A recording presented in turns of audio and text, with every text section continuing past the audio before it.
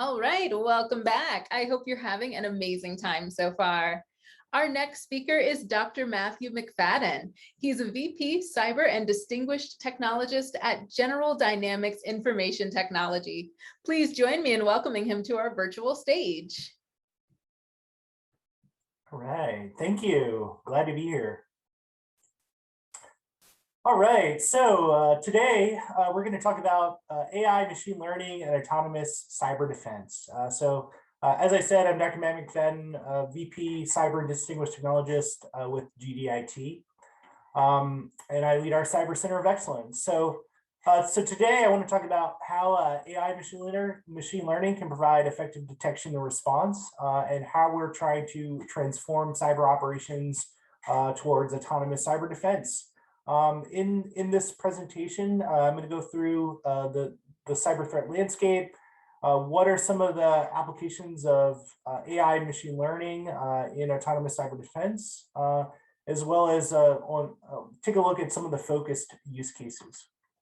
And as I said, if you're not familiar with GDIT, we are a large systems integrator, primarily working in the federal government sector, providing cyber operations and cybersecurity capabilities, throughout a lot of large government agencies. So that just provides some insight of, where we're focused of driving towards AI and machine learning, and how agencies are beginning to adopt autonomous cyber defense. So if we look at the cyber threat landscape, there are a lot of things driving towards autonomous cyber. So the threat landscape is constantly changing.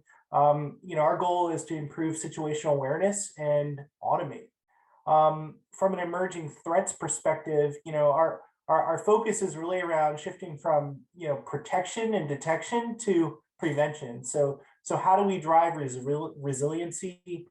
And a lot of that is standardizing on a core set of cyber tools, and ensuring that we have the most innovative capabilities. And then from a prevention standpoint, that's really where AI, machine learning, and automation comes in. So we're trying to adopt things like signatureless technologies such as SOAR to drive automation across the ecosystem. But as a cyber professional, we know our jobs are very, very hard, right?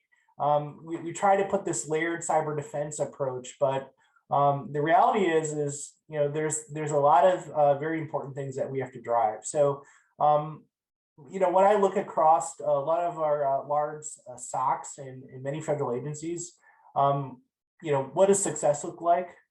They have an effective cyber workforce. They have effective cyber operations. Their focus is on driving resilience through limiting their attack surface, and they have enhanced cyber tools. And many of those enhanced cyber tools are really focused on incorporating some of the latest advances of AI and machine learning to ensure that, once again, we're more predictive and preventive with those various threats. The other piece is, what I always like to mention is there's important shortage of talent, right? So once again, technology threats are increasing. We can't necessarily keep throwing human bodies at data and threat increasing challenges, right? So there's limited resources. We need to ensure that we drive an effective cyber workforce. So the reality is we have to automate. We have to leverage technology as much as possible to help drive that demand. And as you may know, especially in the federal side, there's lots of different frameworks we have to abide by. So from a security, cybersecurity operations standpoint, we're leveraging the NIST cybersecurity framework, as well as from accreditation, we're driving the risk management framework. So when we look at autonomy, how are we improving our operations to deliver cybersecurity services, as well as driving integrated risk management and monitoring and continuous compliance? So it's very important to really understand how we apply autonomy across our cyber requirements.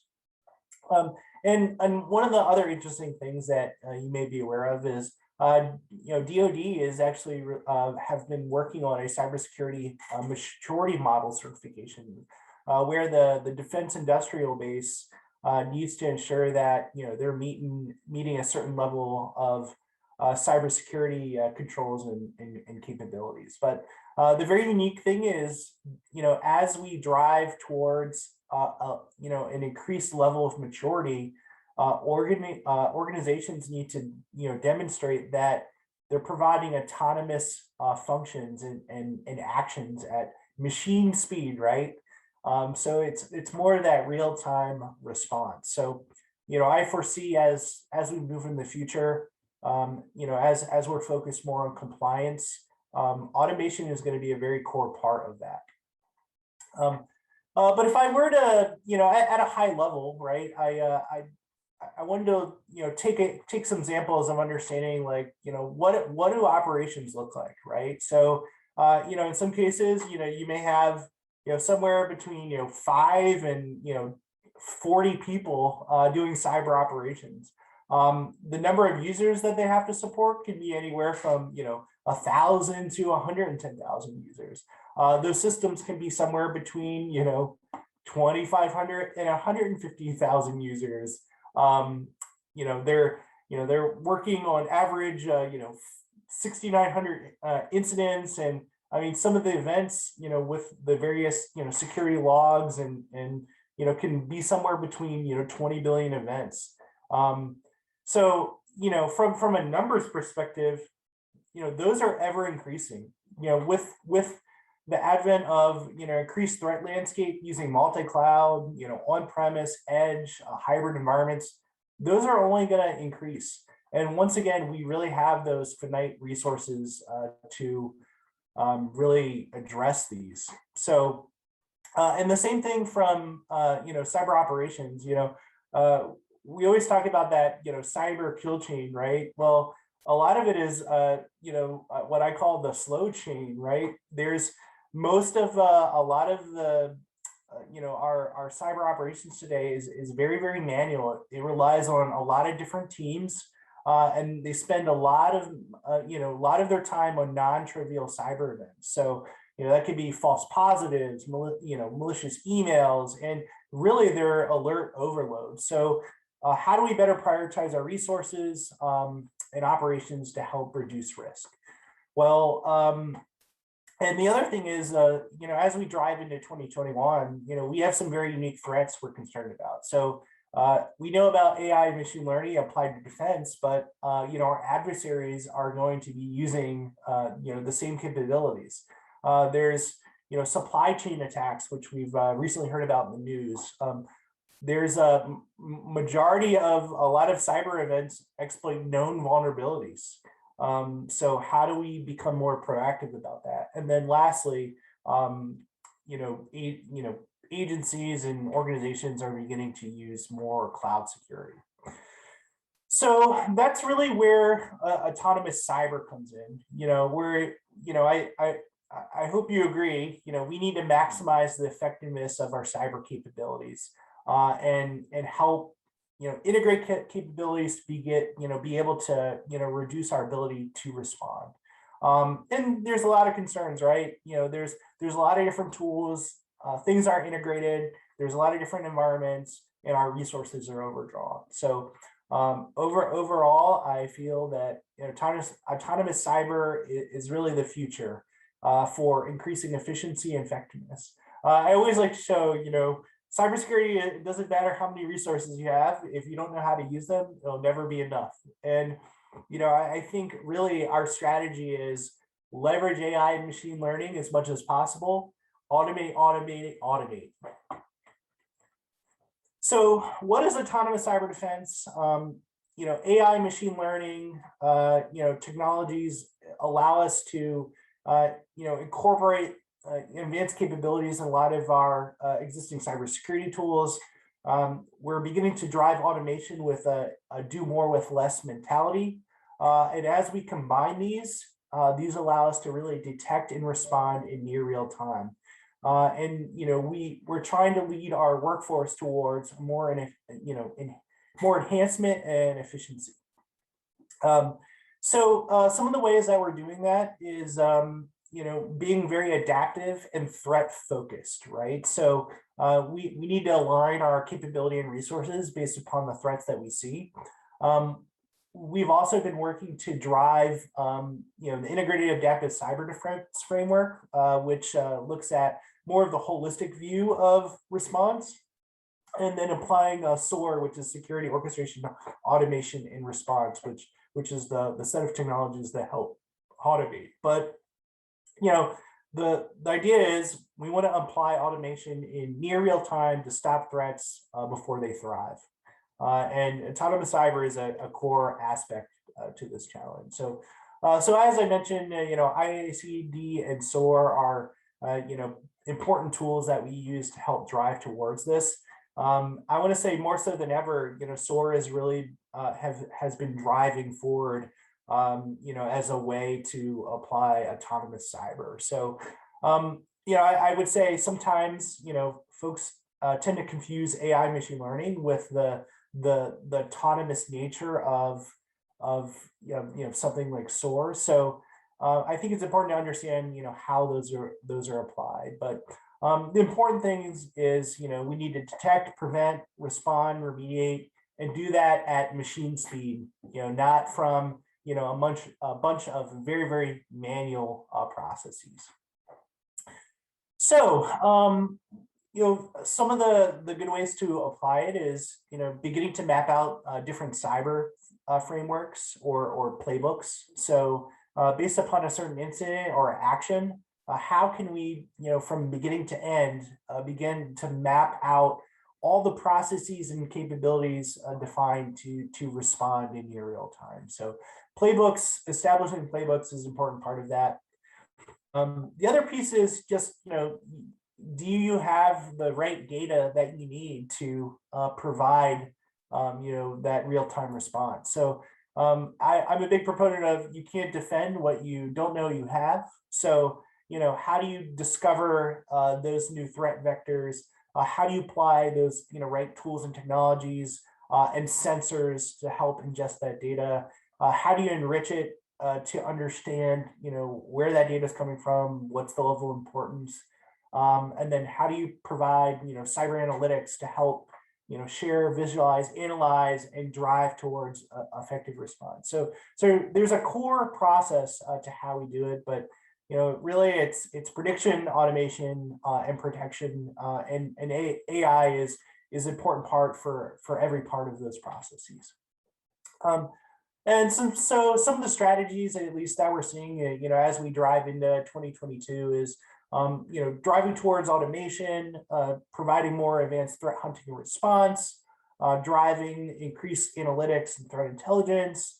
The cloud is probably more adopted than ever before, with edge, zero trust, and even, deception technology. So, I think part of it is how do we think of new ways to apply AI and machine learning? So what does success look like?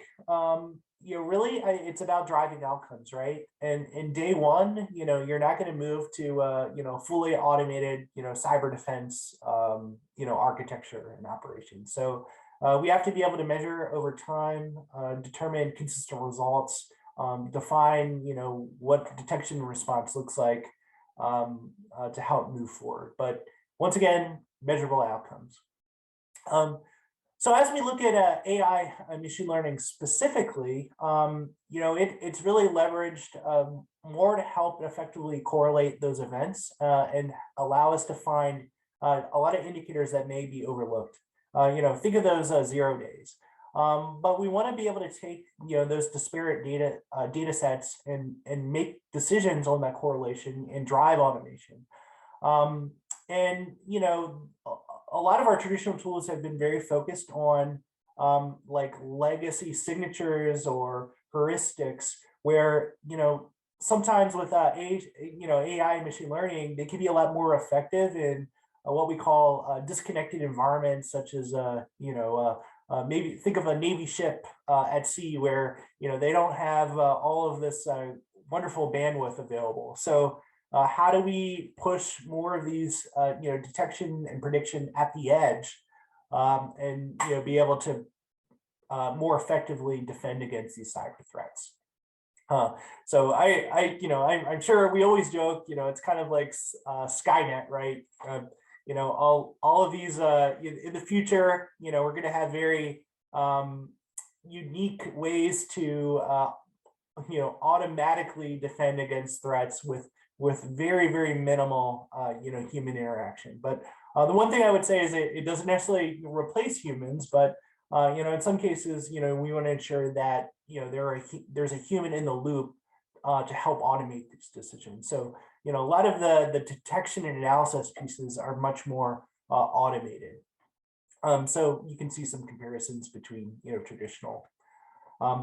The other piece is just kind of understanding like where can we apply AI and machine learning. So we can do it at the endpoint, at the network, at our signature analysis or our security incident event management or our logs.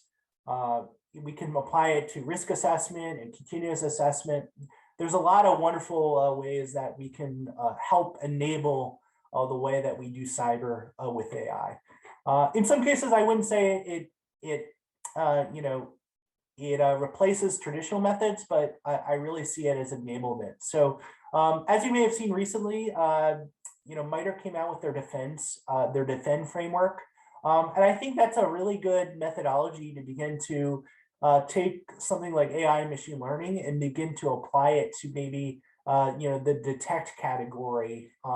So like at the endpoint, we might want to look more in malicious processes or network beacons, or at the network, we might want to look at NetFlow or packet capture, or for mismanagement, we may want to look at control validation or scorecards. So there's a lot of great areas, but I would begin to map across some of these frameworks.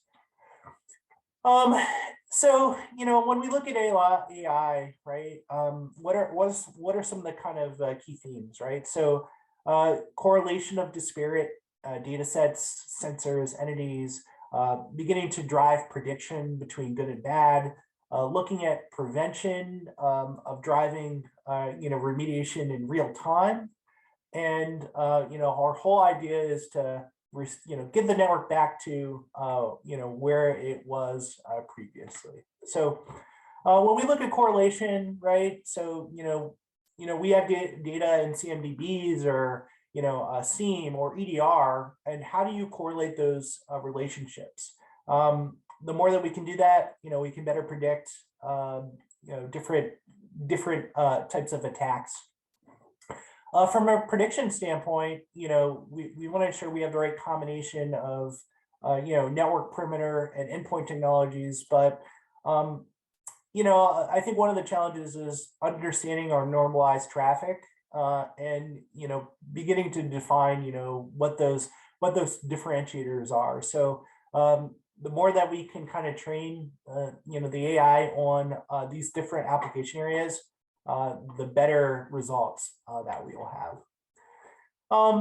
And from a prevention standpoint, we need to ensure that we're putting protections implemented before an attack, right? So what are the ways that we can help decide against remediation options and streamlining processes? So our goal is to remediate as quick as possible at machine speed. So one of the last things I want to talk about is just autonomous cyber defense use cases. So we talked about why we need autonomy, how we can use AI and machine learning to help enable the prevention of threats, but now how do we really focus on some application areas? So I think there's some very discrete things that can be applied both the detect functions and the response functions. So, for example, we can do, network application level event detection. We can provide vulnerability detection and configuration management. From a response function, we can help orchestrate, more holistic defenses. And I can show you some of the examples with that. So for example, we at GDIT, we created a cyber stack aligned to the DISA SCCA, where we have a core set of capabilities that helps provide that holistic nature of cyber defenses and can apply automation. And the whole idea is to have an adaptive defense that provides that self-securing system. So as I said, autonomous cyber defense is really about maximizing our capabilities, reducing the time to respond, and leveraging automation as much as possible. So if I look at network and application detection, right, we're kind of looking at those anomalies. How are there non-signature based detection, and even looking at something like a 0-day. How are we going above and beyond those traditional signatures? From enhancing our defensive architecture, we want to ensure that we can identify those known vulnerabilities, new assets, or even misconfigurations. And then from a response function, we want to ensure that we can be able to adapt our environment at the network or the endpoint to support the different ways to respond. And as you may be aware, zero trust is a very important part that we're driving towards, especially in the federal space. So, how do I continuously drive, automation and AI and autonomous cyber defense on how a user, a device, a network, an application workload, and data interact with one another.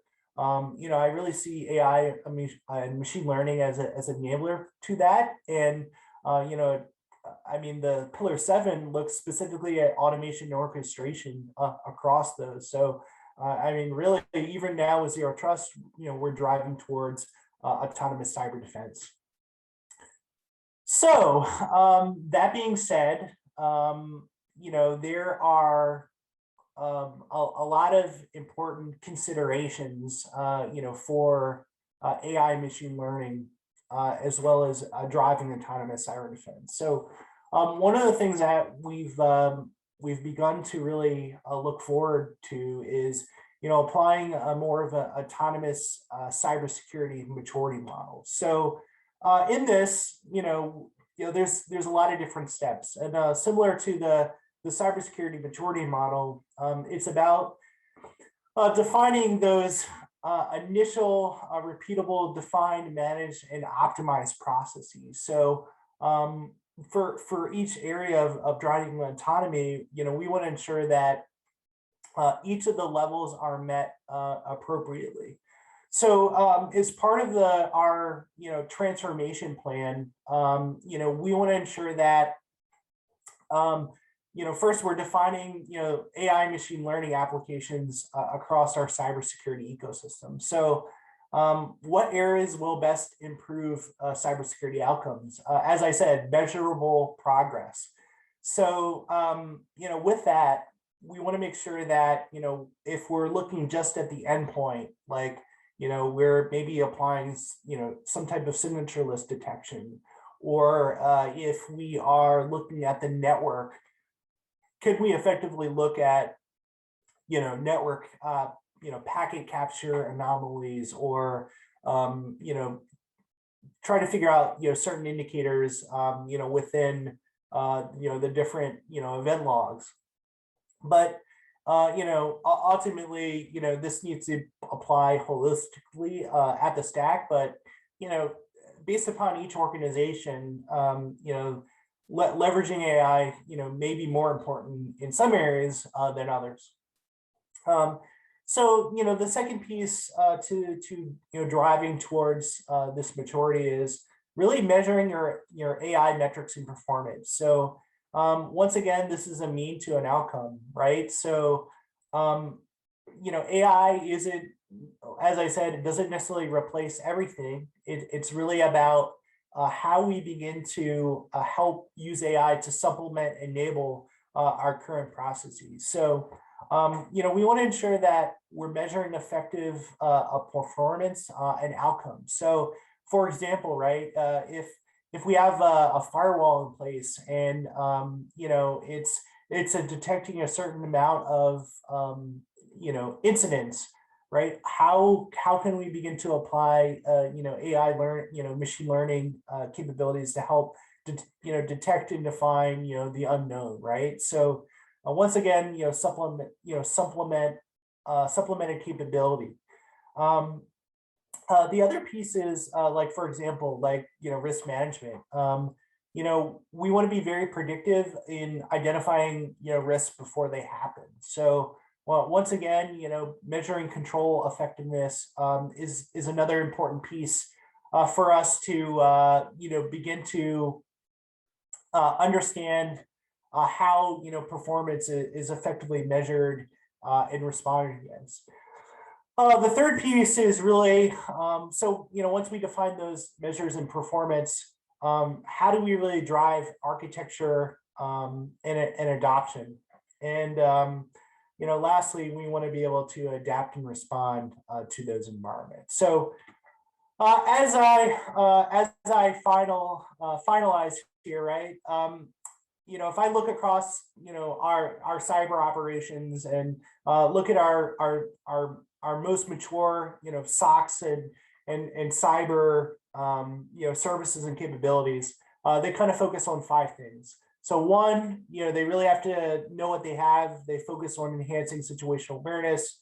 2, they're focused on building resilience early and being proactive.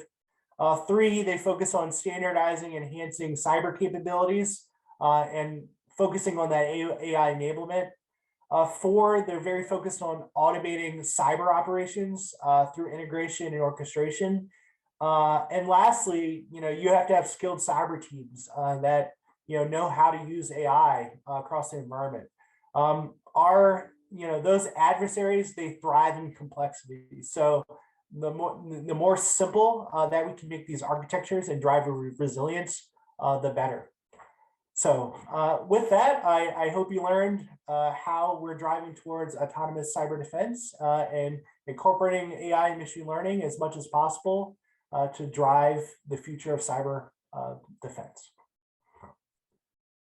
Wow, thank you, Matthew. That was amazing. If you could stop sharing your screen, I know this virtual audience wants to give you a huge virtual round of applause. Thank you so much for sharing with us today. For the audience, it's time for you to make your way to your next session. Along the way, make sure you accept your connection request and take some time to check out our amazing exhibits. Thanks so much, and we'll see you around. Thank you.